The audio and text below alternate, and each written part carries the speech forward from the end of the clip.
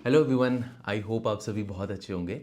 आज बात करेंगे टेक्नो इलेक्ट्रिक की। बहुत सारा रिक्वेस्ट आया है इस कंपनी को लेके भी, और सिंस बहुत सारी कंपनीज को मैंने डिस्कस कर चुका है जो ट्रांसमिशन सेक्टर में। आपको पता होना चाहिए कि ट्रांसमिशन सेक्टर में बहुत सारा टेल विंड इस टाइम पे है। गवर्नमेंट बहुत पैसा लगा रही है। जो सीईए की रिपोर्ट आई थी, जो नेशनल इलेक्ट्रिसिटी प्लान था, उसमें भी 9 लाख करोड़ का खर्चा होने वाला है। तो ऑलरेडी मैं बहुत सारी कंपनीज डिस्कस कर चुका हूँ, लाइक स्किपर जो मुझे बहुत पसंद है पर्सनली, जो ट्रांसमिशन टावर्स बनाती है, ईपीसी का काम करती है। फिर अपार मैंने डिस्कस किया था, पॉलीकैब डिस्कस किया था, जो कंडक्टर्स बनाती है, केबल्स बनाती है वो भी। और सिलचार टेक्नोलॉजीज़ मैंने डिस्कस किया था, वो जो आपके रिन्यूएबल साइड के ट्रांसफॉर्मर्स बनाती है, इन्वर्टर ड्यूटी ट्रांसफॉर्मर्स मोस्टली वो बनाती है। तो आज हम टेक्नो इलेक्ट्रिक डिस्कस करेंगे, और डिस्कस करने से पहले सबसे पहले आपको जो चीज़ समझनी है यहाँ पे वो ये है कि ये प्योर प्ले ईपीसी कंपनी है। ये प्रोडक्ट नहीं बनाती है, इसका कोई प्रोडक्ट नहीं है, ये एसेट ओनरशिप में नहीं है, ये सिर्फ और सिर्फ ईपीसी का काम करती है।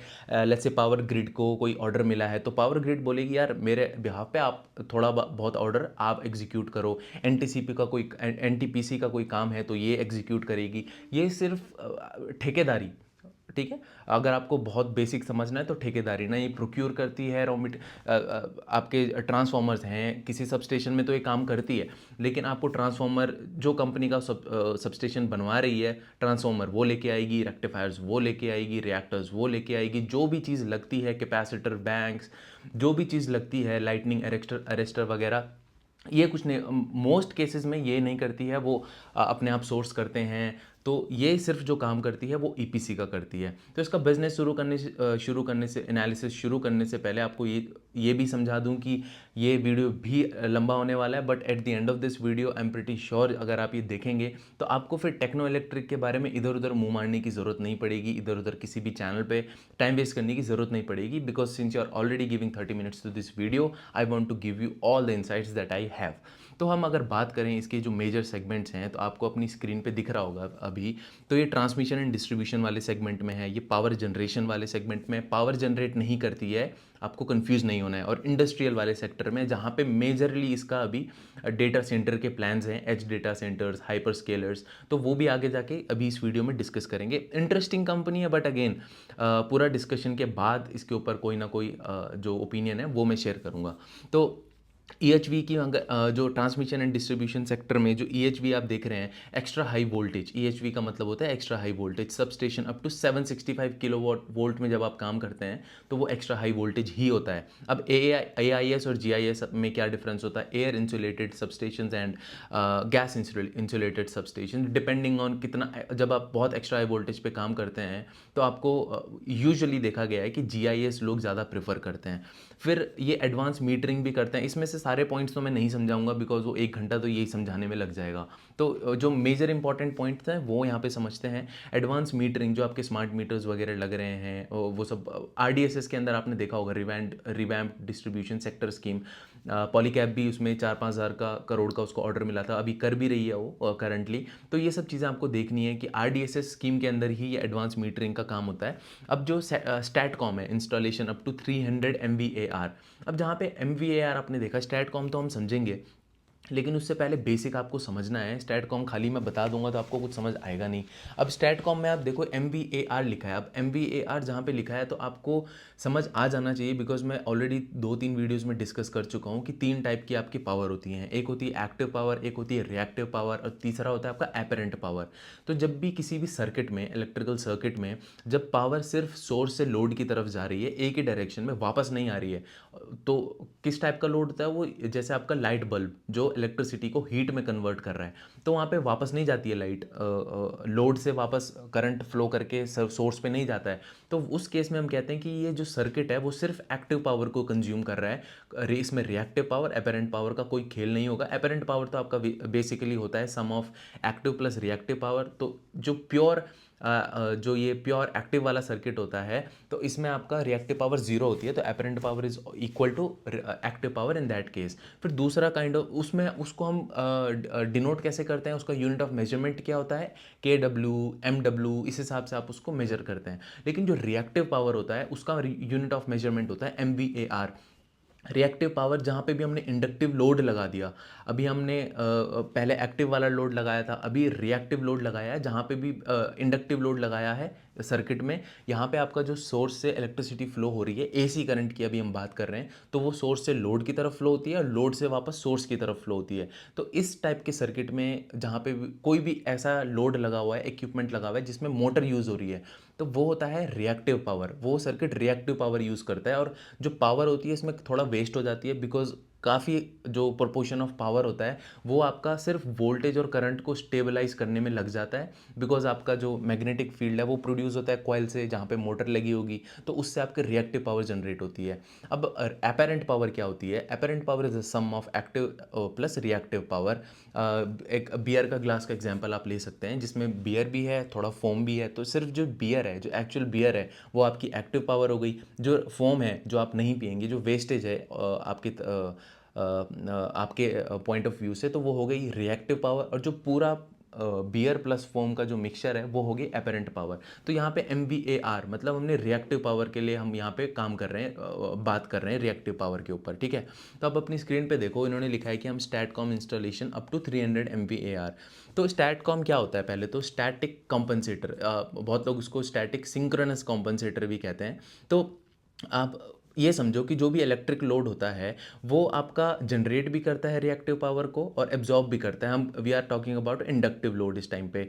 तो अब जब बिकॉज जो ट्रांसमिशन एंड पे जो लोड है वो आपका वेरी करेगा हर थोड़ी देर में, तो उसके हिसाब से रिएक्टिव पावर भी वेरी हो जाएगी। अब जो ये मतलब अनएक्सेप्टेबल हो जाता है ना, ये जो वेरिएशंस आती हैं, तो इससे हमको ये देखने को मिलता है कि या तो वोल्टेज कम हो गई, जिसको हम वोल्टेज डिप्रेशन भी कहते हैं, या वोल्टेज फॉल आउट, या फिर वोल्टेज कोलैप्स भी हम इसको कहते हैं। तो स्टैटकॉम की बहुत ज़्यादा इंपॉर्टेंस यहाँ पे आ जाती है, because what STATCOM does is it continuously provides variable reactive power in relation to your reactive sorry in relation to your voltage variations. Voltage में जितना वेरिएशन होता रहेगा डिपेंडिंग ऑन योर लोड, तो ये उस हिसाब से रिएक्टिव पावर को भी थोड़ा बहुत वेरी करता रहेगा, तो इस हिसाब से आपके पूरे सिस्टम में स्टेबिलिटी मेंटेन रहेगी।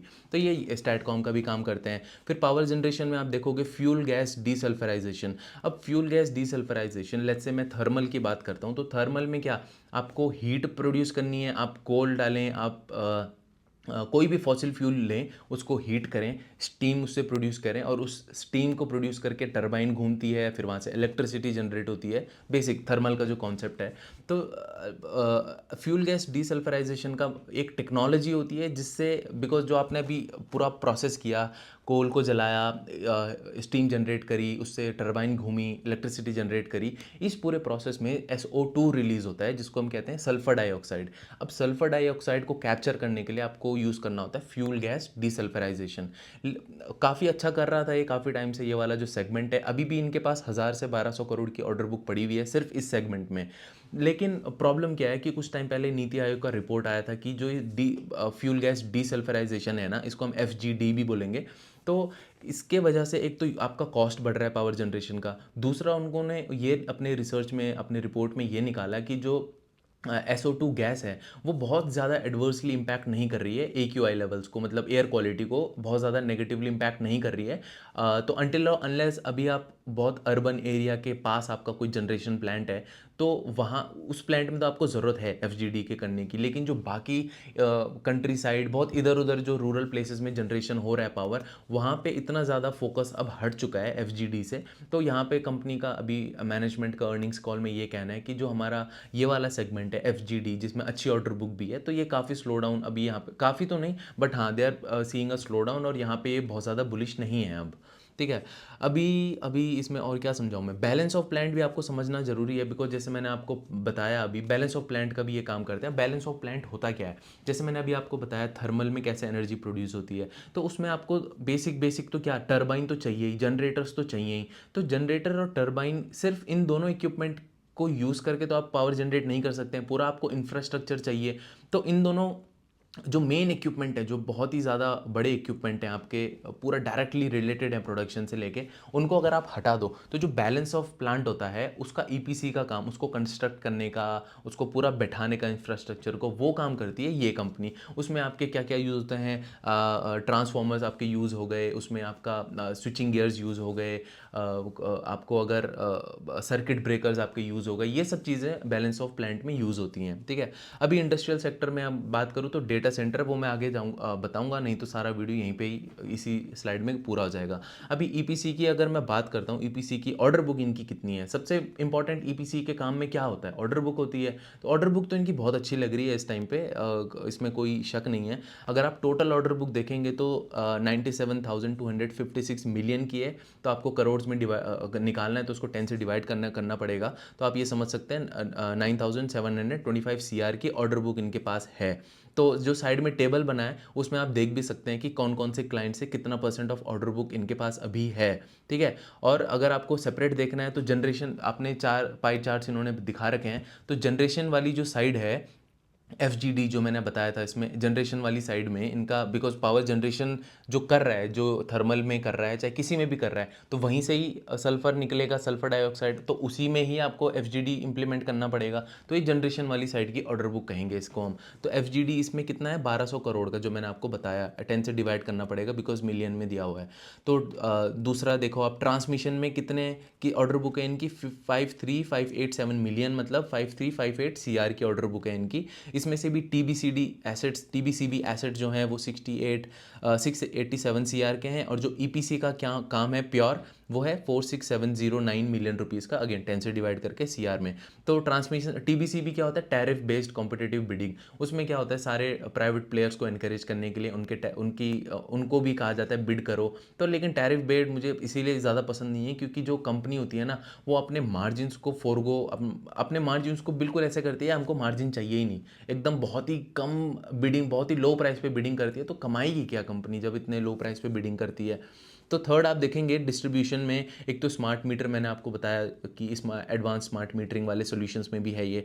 तो उसमें भी DBFOT और टॉटेक्स आपको दिखेगा। ये अलग अलग इंफ्रास्ट्रक्चर के मॉडल हैं। DBFOT मतलब होता है design, build, finance, operate and transfer, और टोटेक्स मतलब होता है टोटल एक्सपेंडिचर। ठीक है। उसमें आपको टोटल अपफ्रंट एक्सपेंडिचर भी करना है और ऑपरेशनल कॉस्ट भी आपके एंड से जाता है।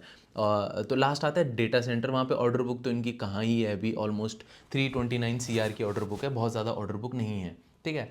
अभी अभी ट्रांसमिशन साइड में आप ये चीज़ देखो कि मैंने आपको बहुत पहले बताया why am bullish on transmission sector, और मैं एक्चुअली में हूँ भी, बिकॉज फैक्ट्स ये कह रहे हैं, डेटा ये कह रहा है, जो NEP नेशनल इलेक्ट्रिसिटी प्लान है, वहाँ मैंने बहुत बारी डिस्कस कर दिया है, वो किस हिसाब से जो ट्रांसमिशन की कैपेसिटी कैसे बढ़ेगी। आप अपनी स्क्रीन पे देखें, जो सब की कैपेसिटी होती है वो MVA में देखी जाती है। अब यहाँ पे MVA क्यों है, MVAR क्यों नहीं है, बिकॉज इससे पहले जो मैंने डिस्कस किया था ना स्टैटकॉम में, वो MVAR में लिखा हुआ था 300 MVAR, तो वो रिएक्टिव पावर के लिए यूज़ था। बिकॉज स्टैटकॉम में हम एज्यूम करके चलते हैं कि जो आपका लोड है वो इंडक्टिव लोड है। तो वहाँ पे तो आपको सिर्फ जब आप इंडक्टिव लोड यूज़ कर रहे हैं तो मतलब आपका जो सर्किट है वो रिएक्टिव पावर ले रहा होगा। रिएक्टिव पावर जब आप ले रहा होगा तो यूनिट ऑफ मेजरमेंट हो जाता है MVAR। लेकिन जो सब स्टेशन में हम ट्रांसफॉर्मर्स यूज़ करते हैं ना, तो हमको पता नहीं होता है कि लोड कैसा होगा। तो लोड हम एक्टिव पावर में ना बनाते हुए और रिएक्टिव पावर में ना बनाते हुए हम उसको एपरेंट पावर में बनाते हैं, ताकि आप कोई भी उसमें लोड यूज़ कर सकते हैं। तो इसीलिए जब हम एपरेंट पावर की बात यूज करते हैं तो वो MVA कहलाता है। तो अब अपनी स्क्रीन पे देखो, जो सब स्टेशन है, जो इसकी कैपेसिटी है वो MVA में दे रखी है। तो अब आप FY20, इसमें 3 कलर के बार ग्राफ्स हैं, एक ब्लैक है, एक ब्लू है, एक ऑरेंज है। तो ब्लैक मतलब FY27 एंड तक कितनी कैपेसिटी थी। अब ये भी डिफरेंट डिफरेंट सेगमेंट्स में है। जो पहला वाला है वो है 765 किलोवोल्ट में, मतलब बहुत एक्स्ट्रा हाई वोल्टेज। 400 kV भी एक्स्ट्रा हाई होता है, और 230 220 भी तो होता है एक्स्ट्रा हाई है, लेकिन कंपैरेटिवली उतना हाई आपको नहीं लगेगा इस टाइम पे, बिकॉज हम इसको कंपेयर खुद 765 kV से कर रहे हैं। तो आप देखो कि सब में अभी कितना स्कोप है, ये तो आप मतलब ग्राफ देख के समझ ही रहे होंगे। ठीक है। अब HVDC बगल वाले ग्राफ की हम बात करते हैं।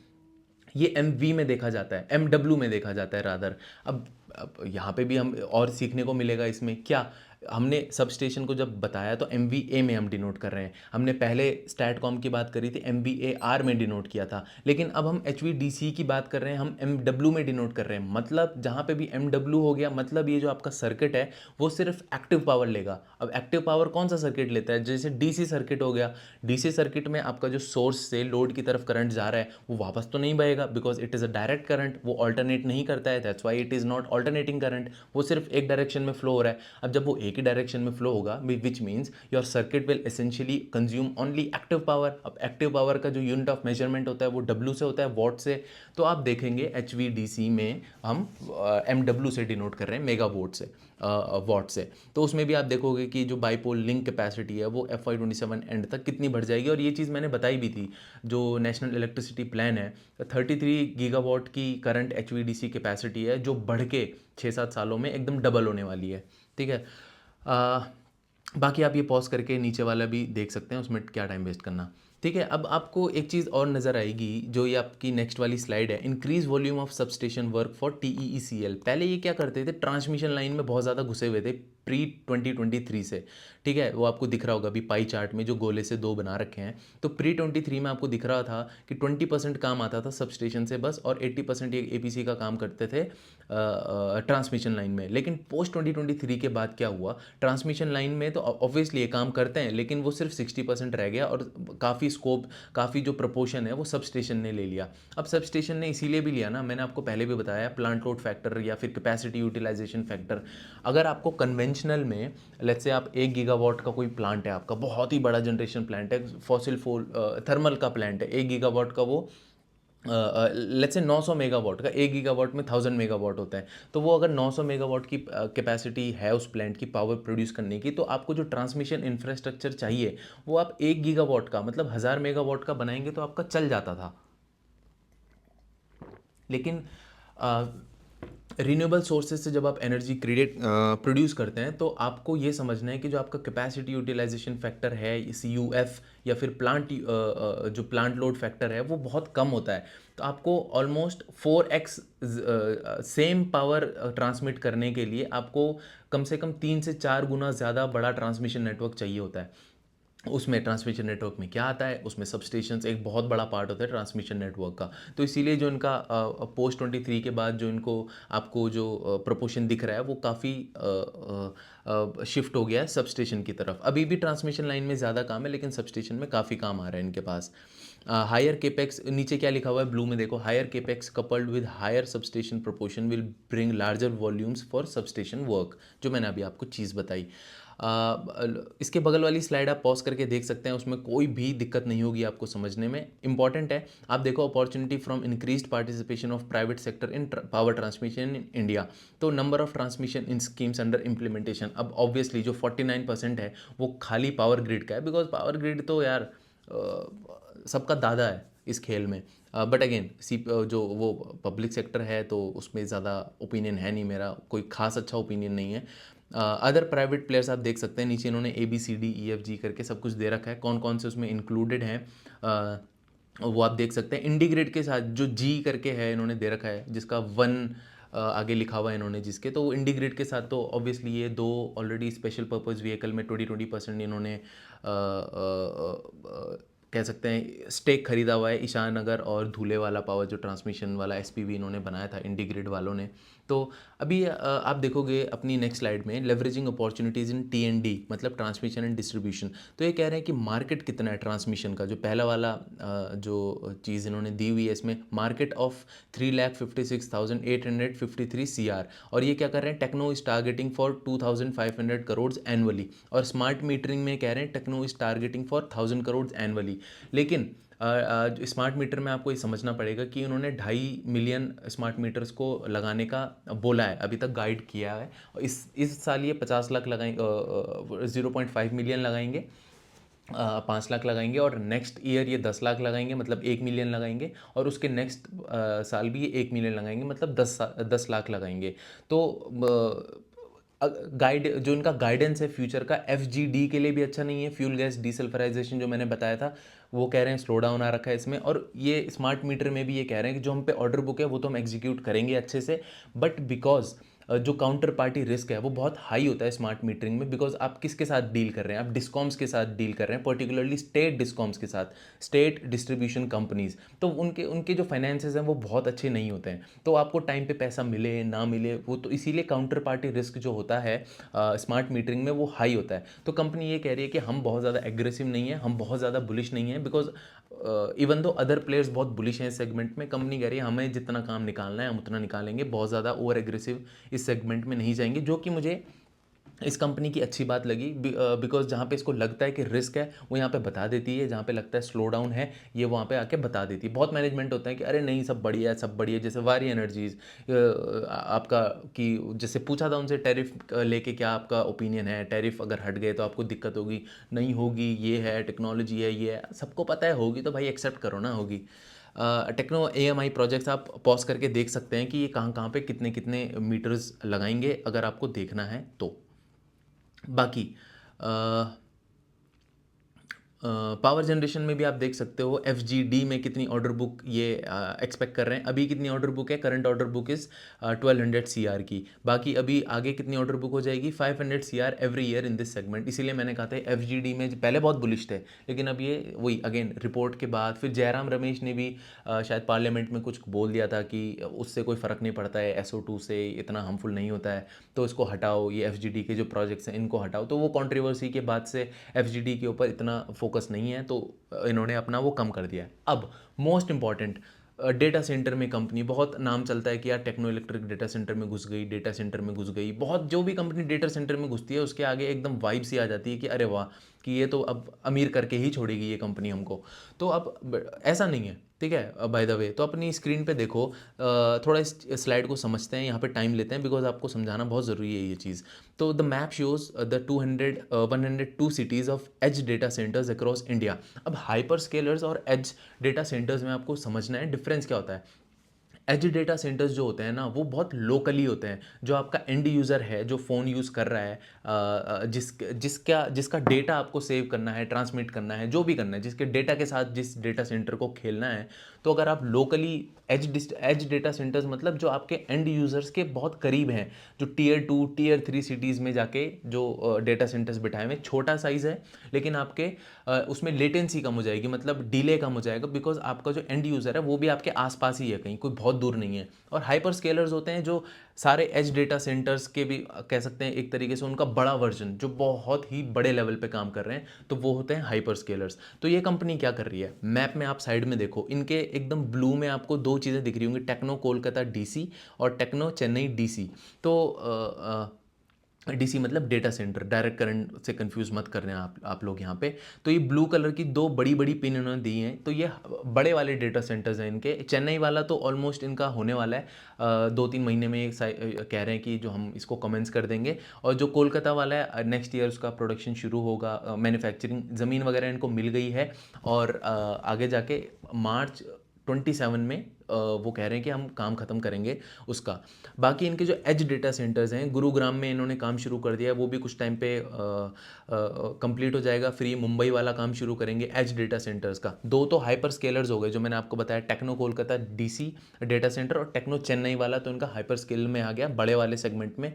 और इन्होंने एक्चुअली जो रेलटेल है, जो पूरा होली ओन्ड सब्सिडियरी है इंडियन रेलवेज़ की, उनके साथ कोलैबोरेशन में ये काम कर रहे हैं। ज़मीन वगैरह आपको सारा वही प्रोवाइड करती है, कभी कभी तो इंफ्रास्ट्रक्चर भी वही प्रोवाइड करती है रेलटेल। तो इनको ऐसा कुछ नहीं होता कि ज़मीन ऐसे खरीदनी है, ये करना है, वो सारा आपको रेलटेल प्रोवाइड करेगी। और ये सिर्फ EPC का काम करती है, इसीलिए मैंने आपको पहले बताया था इस कंपनी को डिस्कस करते हुए आपको ध्यान में रखना है, ये सब का ये सारा का सारा काम इसका EPC का, ठेकेदारी का काम होता है, खुद का इसका कुछ नहीं होता है, ठीक है। तो फर्स्ट फेज़ 20 एज लोकेशन, उस कॉन्ट्रैक्ट में ये भी है कि हर साल आपको 20 एज डेटा सेंटर्स इंस्टॉल करके देने हैं रेलटेल के साथ, जो इनका कोलैबोरेशन है। तो जो फर्स्ट फेज़ में लॉन्च होंगे वो आप अपनी स्क्रीन पे देख सकते हो, जो रेड में बने हुए हैं, चंडीगढ़, गुरुग्राम, फरीदाबाद, जयपुर, नोएडा। तो इसका जो डेटा सेंटर वाला आपको और जो बाकी हैं जो येलो से हैं वो अदर फेजेज़ हैं एज लोकेशन की, वो तो पता नहीं कब जाके लॉन्च होएगा। तो आपको ये देखना है कि डेटा सेंटर कंपनी बोल तो रही है, पर डेटा सेंटर में कंपनी कोई बहुत ज़्यादा वैल्यू एडिशन का काम नहीं कर रही है, वो ठेकेदारी का ही काम कर रही है बस, ठीक है। तो बहुत ज़्यादा इंप्रेस होने की ज़रूरत नहीं है आप लोगों को टेक्नो इलेक्ट्रिक से लेके।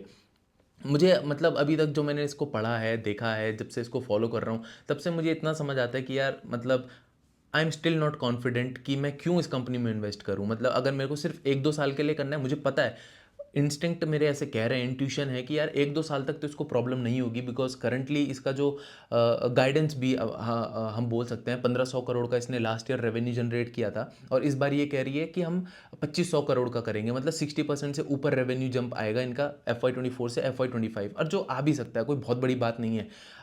यूजुअली उसके बाद ये कह रहे हैं कि 2500 करोड़ FY 25 के बाद हम FY 26 में 3500 करोड़ का करेंगे, तो मतलब 50% ऑलमोस्ट वहाँ से फिर ये 40-50% से और ज़्यादा आगे ग्रो करेंगे।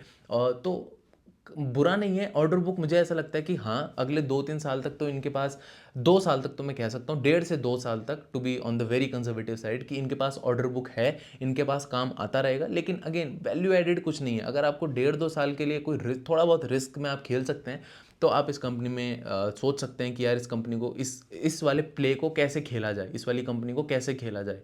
बट थोड़ा मैं तो पर्सनली बोलूँगा, वेट करना वैल्यूएशंस को थोड़ा रीज़नेबल होने का, बिकॉज़ प्योर प्ले ईपीसी इतना समझ नहीं आता है मुझे तो पर्सनली। बट आपको ये चीज़ ध्यान में रखनी है कि मेरी समझ भी बहुत लिमिटेड है, सब कुछ नहीं पता होता है मुझे। तो हो सकता है कि टेक्नो इलेक्ट्रिक बहुत अच्छा बिजनेस हो, इट्स जस्ट कि पर्सनली मुझे पसंद नहीं है। अब ऐसा तो बिल्कुल नहीं है कि लोग इसमें पैसा नहीं बनाएंगे, बनाएंगे इसमें पैसा। मेरे पसंद और नापसंद होने से कुछ फ़र्क नहीं पड़ता है, एंड इट्स जस्ट कि ये मेरा चैनल है, यहाँ पे मैं अपने पर्सनल व्यू शेयर करता हूँ, तो मैंने वो शेयर किया है। प्लीज़ मैं आपसे हाथ जोड़ रहा हूँ, आपसे रिक्वेस्ट है, सिर्फ मेरे जो जो मैंने बोला कि I don't personally like pure play EPC, particularly ये वाली, इसका मतलब ये नहीं है कि आप लोगों को इन्वेस्ट नहीं करना है, या इसका मतलब ये भी नहीं है कि आपको करना है। आप इसको और रिसर्च करो, आपको लग रहा है कि यार नहीं नहीं, कि आपका पर्सनल ओपिनियन मेरे से अलग है, तो बिल्कुल प्लीज़ फील फ्री। अगर बहुत ही गंदी कंपनी होती तो मैं तो ऑलरेडी बोल देता, जैसे मैंने कल वारी एनर्जीज़ को बोला कि भाई प्लीज़ इसको मत देखो, 90 के पी पे ट्रेड कर रही है, खाली टैरिफ के बैरियर्स के भरोसे उसका चल रहा है खर्चा पानी, तो वहाँ पे मैंने सीधे बोल दिया था नहीं। इसमें मैं कह रहा हूँ कि आपको अच्छा लग रहा है, बी माई गेस्ट। तो डेटा सेंटर्स का मैंने बता दिया आपको। ठीक है, अभी एक दो चीज़ें और जो मैंने कुछ लिखी हुई होंगी वो मैं डिस्कस कर लेता हूँ। यस, तो इनका H1 का, अगर मैं इनके रेवेन्यूज़ की बात करूं, अगर रेवेन्यू मैं डिस्कस कर ही लेता हूं इनका, तो इनके जो रेवेन्यूज़ हैं वो कम थे, जितना मुझे ध्यान आ रहा है। H1 में इनका रेवेन्यू कम आया है, 916 करोड़ का इनका रेवेन्यू था, और 250 करोड़ के अराउंड कम से कम इनका एबिटा था, तो वो कम रहा है, एबिटा मार्जिन्स भी इनका कम हुआ है। लेकिन ईपीसी के काम में आपको मतलब क्वार्टर ऑन क्वार्टर हम ईपीसी के काम को नहीं देख सकते हैं, बिकॉज कुछ पता ही नहीं होता है कि कब कौन सा प्रोजेक्ट कब कंप्लीट होगा और कब उसकी रेवेन्यू बुकिंग होगी, कुछ नहीं पता चलता है। तो मार्जिन्स पे भी अगर थोड़ा बहुत ऊपर नीचे हो रहे हैं इधर उधर क्वार्टर में, तो उसमें दिमाग लगा के कोई फ़ायदा नहीं है। But because the nature of the business is as such, वो ईपीसी के काम में है, what else can you expect. ठीक है, तो डिले थोड़ा इनका जो H1 थोड़ा ख़राब इसीलिए भी रहा, एक तो हिस्टोरिकली 40% जो रेवेन्यू ये जनरेट करते हैं एक साल में, उसमें से H1 में मतलब Q1 और Q2 मिला के 40% ये कमाते हैं, और Q3 और Q4 मिला के बाकी 60% ये कमाते हैं। तो H2 इनका हिस्टोरिकली अच्छा रहा है, और इस बार भी ये कह रहे हैं कि इन्होंने 900 कुछ करोड़ कमाए थे और 2500 का टारगेट है, तो मतलब अगले 2500 करोड़ का टारगेट है इस साल 2500 CR का रेवेन्यू में। तो अगले 2 क्वार्टर्स में इनको कम से कम 1500 करोड़ कमाने हैं। कैसे कमाएगी आई डोंट नो, वो सब देखना पड़ेगा। ठीक है, डिले इसीलिए हुआ, मतलब ये जो रेवेन्यू इनका कम इसीलिए आया, बिकॉज दे सेइंग कि delay was because of handing over of sites by various clients like Power Grid, IndiGrid, Apraava और अदानी। इन्होंने थोड़ा जो ऑब्वियसली ये अगर सब स्टेशन बना रहे हैं, उसमें ईपीसी का काम कर रहे हैं, तो अपनी ज़मीन नहीं खरीदते, मैंने आपको पहले भी बताया है। तो ये क्लाइंट्स जब तक इनको लैंड असाइन नहीं करेंगे, तब तक ये उस पर काम शुरू नहीं कर पाएंगे। और ईपीसी का काम मैं आपको बताता हूँ, मुझे पसंद दूसरा इसीलिए भी नहीं है, बिकॉज इसमें बहुत सारी चीज़ें होती हैं, आपको राइट ऑफ वे क्लियर कराना होता है। आपको अगर रूरल एरिया में ट्रांसमिशन टावर बिठाना है, बिकॉज ये तो ईपीसी का काम कर ही रही है ना, भले टावर नहीं बनाती है, पर अगर ट्रांसमिशन टावर जब तक नहीं बिठेगा, और सबस्टेशन जब तक सबस्टेशन के लिए लैंड खाली नहीं होगी तो इसका भी काम शुरू नहीं होगा। अब लैंड खाली आपको करानी है, लेट्स से 100 एकड़ की आपको लैंड खाली करानी है, तो उसमें से आपको 100 लोगों से बात करनी पड़ जाएगी। अब 100 लोगों को आपको मनाना है, फिर लैंड रेवेन्यू डिपार्टमेंट को इन्वॉल्व करना है, 10,000 चीज़ें हो जाती हैं। तो इसीलिए थोड़ा दिक्कत आ जाता है, काम अटक जाता है। ठीक है। बाकी इनके अच्छी बात ये है कि सारी बुरी बात नहीं करूँगा मैं टेक्नो इलेक्ट्रिक की। अच्छी बात ये है जो मैं ये नहीं कह रहा हूँ कंपनी बुरी है, प्लीज़ अगेन। अच्छी बात मुझे ये कंपनी की ये लगी कि ये काम बहुत एग्जीक्यूट बहुत जल्दी करती है। इनके साथ एक इंसिडेंट हुआ था सिकार पावर ग्रिड में, जो पावर ग्रिड के अंदर काम हो रहा है। तो land allotted to us after delay of 2 years, 2 साल बाद इनको लैंड मिला जहाँ पे काम होना था। तो जो कॉन्ट्रैक्ट के हिसाब से इनको 19 मंथ्स में काम करना था जब इनका लैंड अलॉट हो जाता। लेकिन सिंस ऑलरेडी इनको 2 साल बाद लैंड मिला था, तो इन्होंने 19 महीने का काम सिर्फ 9 महीने में ख़त्म किया। तो एग्जीक्यूशन में कोई प्रॉब्लम नहीं है इस कंपनी का। अगर काम मिल गया, सारी चीज़ें बैठ गई सही, तो ये एग्जीक्यूशन कैपेबिलिटीज़ बहुत ही अच्छी हैं इस कंपनी की। That's is what I can say. इतना तो मैं आपको बता सकता हूँ, इसीलिए आई एम कॉन्फिडेंट थोड़ा बहुत। मतलब मेरे को लगता है, अगेन इंट्यूशंस हैं, कि अगले 2-3 साल तक तो इसका बिजनेस ठीक करेगा, बिकॉज ऑर्डर बुक अच्छी खासी है इनके पास। और इनकी बैलेंस शीट भी अच्छी है। अभी इन्होंने 1250 करोड़ का QIP भी रेस किया था H1 में, तो बैलेंस शीट की कोई प्रॉब्लम नहीं है। ठीक है। ठीक है। और इनका खैर ऑर्डर बुक जो जो मैंने बताया 9,700 करोड़ का, वो सितंबर में है, सितंबर तक का। इनको अक्टूबर और नवंबर में भी थोड़े ऑर्डर्स मिले हैं, 1,000 करोड़ का शायद एक और ऑर्डर मिला था इन्हें। तो इनकी current order book, by the way, अगर रियलिस्टिक ऑर्डर बुक देखी जाए तो वो 10,000 करोड़ से ऊपर की है।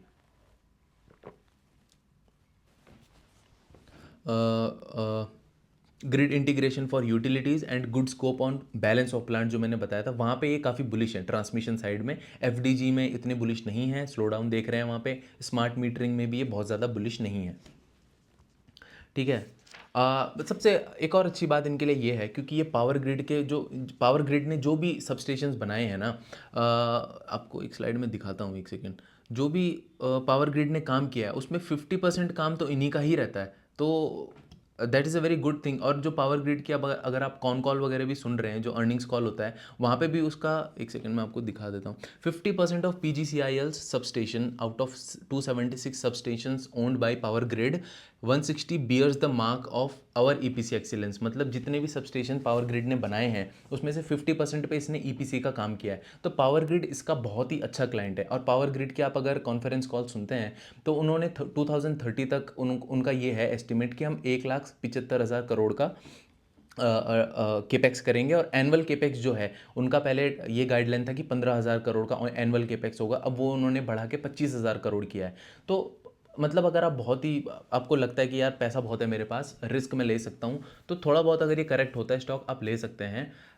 बट अगेन, ठीक है, इसमें मैं तो कोई रिकमेंडेशन वगैरह नहीं देना चाहूँगा। तो पावर ग्रिड का आपको समझना पड़ेगा, जो पावर ग्रिड है इसका बहुत, पावर ग्रिड बिकॉज जो नेशनल इलेक्ट्रिसिटी प्लान है और जो पूरा खर्चा होना है पावर ट्रांसमिशन सेक्टर में, वहाँ पे बहुत बड़ा बेनिफिशियरी होने वाला है पावर ग्रिड ऑब्वियसली। लेकिन अगर पावर ग्रिड बड़ा बेनिफिशियरी हुआ तो थोड़ा बहुत जो रेवेन्यूज़ हैं वो स्लिप ओवर होके इसके पास भी तो आएंगे, टेक्नो इलेक्ट्रिक के पास आएंगे।